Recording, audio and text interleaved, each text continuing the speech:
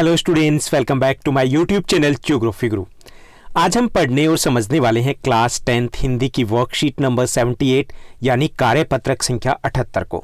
आज की इस वर्कशीट में हम अपठित गद्यांश है उसका अभ्यास करने वाले हैं। पिछली कुछ वर्कशीट में भी हमने अपठित गद्यांश और अपठित काव्यांश है उसका अभ्यास किया था।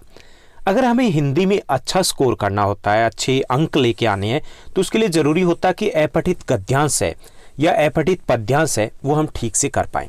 अब ठीक से करने का मतलब ये नहीं कि हम अच्छे से सही कर पाएँ। सभी बच्चे, ऑलमोस्ट सभी बच्चे वो अच्छे से कर पाते हैं, लेकिन कितने समय में?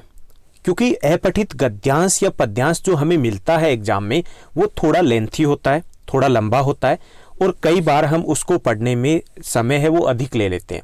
अगर हम टाइम ज़्यादा ले रहे हैं इसका मतलब हमारे निबंध लेखन में या पत्र लेखन में समस्या आ जाती है, क्योंकि समय कम रह जाता है। तो इसलिए अपठित गद्यांश में अभ्यास का अर्थ है कि हमें कम से कम समय में इसको करने का अभ्यास करना है।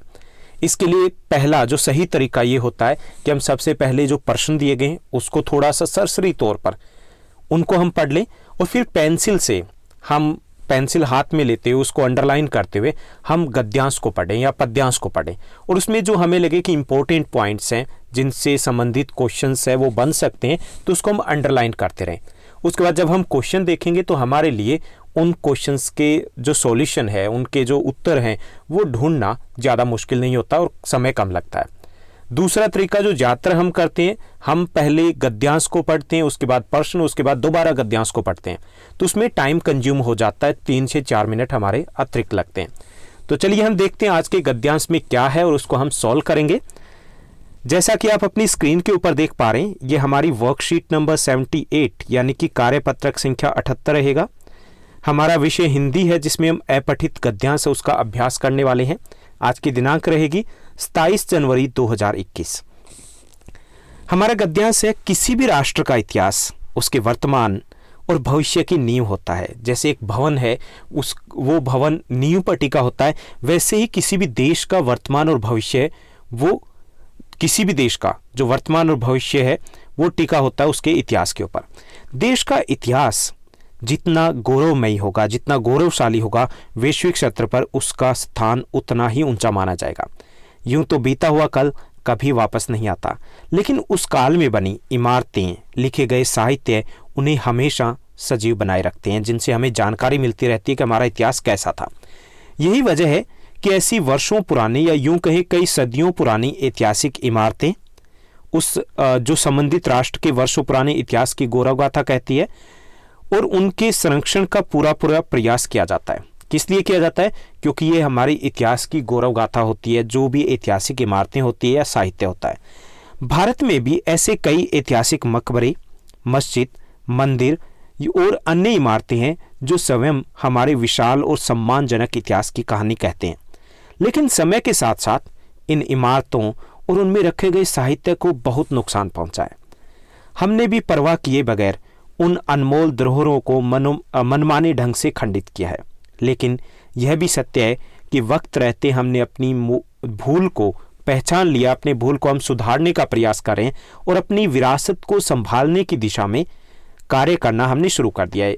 पहले हमने इतना अधिक ध्यान नहीं दिया था इन इमारतों की तरफ या इतिहास जो साहित्य था, ऐतिहासिक साहित्य उसकी तरफ, लेकिन अब हमने अपनी भूल को पहचान लिया और अब हम इस दिशा में कार्य करें, उनका संरक्षण करें। पुरानी जो जर्जर हो चुकी इमारतें हैं उनकी मरम्मत की जाने लग गई। अब जैसा कि आप दिल्ली में आसपास देखते हो, उजाड़ भवनों और महलों को पर्यटन स्थल बनाकर उनकी चमक को बिखेरा गया है।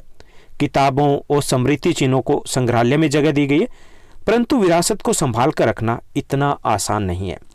इसलिए लोग जागरूक रहें, लोगों को इसका महत्व हमेशा उनके जहन में रहे, उनके मन में रहे। इसके लिए यूनेस्को द्वारा हर वर्ष 18 अप्रैल को विश्व विरासत दिवस मनाया जाता है, जिसका स्पष्ट उद्देश्य इन इमारतों और उनमें रखी गई धरोहरों की देखभाल करना है और लोगों में इस संबंध में जागरूकता का प्रचार प्रसार करना है। तो ये था हमारा गद्यांश, जिसमें हमने पढ़ा मुख्य तौर पर इतिहास की बात की गई है, ऐतिहासिक धरोहरों की बात की गई है, साहित्य की बात की गई है और यूनेस्को द्वारा मनाए जाने वाले विश्व विरासत दिवस जो 18 अप्रैल को मनाया जाता है उसकी बात की गई है। अब हम देखते हैं कि इस गद्यांश से संबंधित कौन से प्रश्न बनेंगे और उनको हम हल करेंगे। तो यहाँ पर आपका पहला प्रश्न जो दिया गया, पहला जो क्वेश्चन दिया गया, वैश्विक स्तर पर किसी राष्ट्र की पहचान किससे होती है?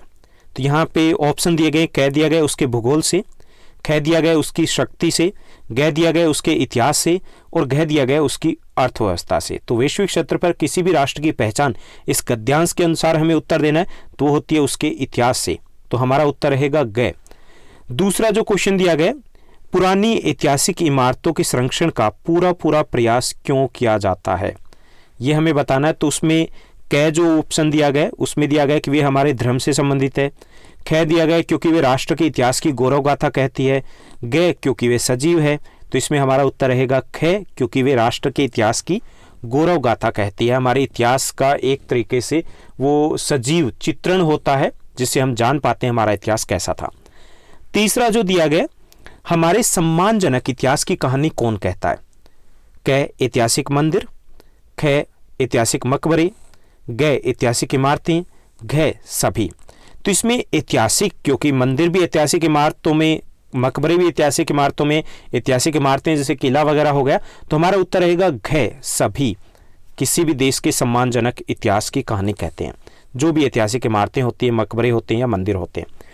उसके बाद फोर्थ जो क्वेश्चन दिया गया, समय रहते हमने अपनी किस भूल को पहचान लिया है? क अपनी विरासत के प्रति उदासीनता, इमारतों के समुचित रखरखाव को पर्यटन स्थल बनाने की। तो इसमें कह रहेगा अपने विरासत के प्रति उदासीनता। पहले हम उदासीन थे, हमें लगता था कि इतना ज़्यादा जरूरी नहीं है, लेकिन अब उस उदासीनता की जो भूल थी उसको हमने सुधार लिया है। उसके बाद फिफ्थ क्वेश्चन दिया गया, इतिहास किन से सजीव बनता है? पेड़ पौधों से, पहला ऑप्शन है। दूसरा जो हमें दिया गया, इमारतों और साहित्य से। तीसरा है कहावतों से। चौथा आने वाले काल से। तो इतिहास की बात की जा रही है और इतिहास सजीव बनता है इमारतों और ऐतिहासिक साहित्य से। तो हमारा उत्तर रहेगा ख। उसके बाद हम नेक्स्ट की तरफ बढ़ते हैं। नेक्स्ट जो हमारा क्वेश्चन दिया गया, विश्व विरासत दिवस, विश्व विरासत दिवस, वर्ल्ड हेरिटेज डे किस वर्ष, जो प्रत्येक वर्ष किस तिथि को मनाया जाता है? हमें डेट बतानी है।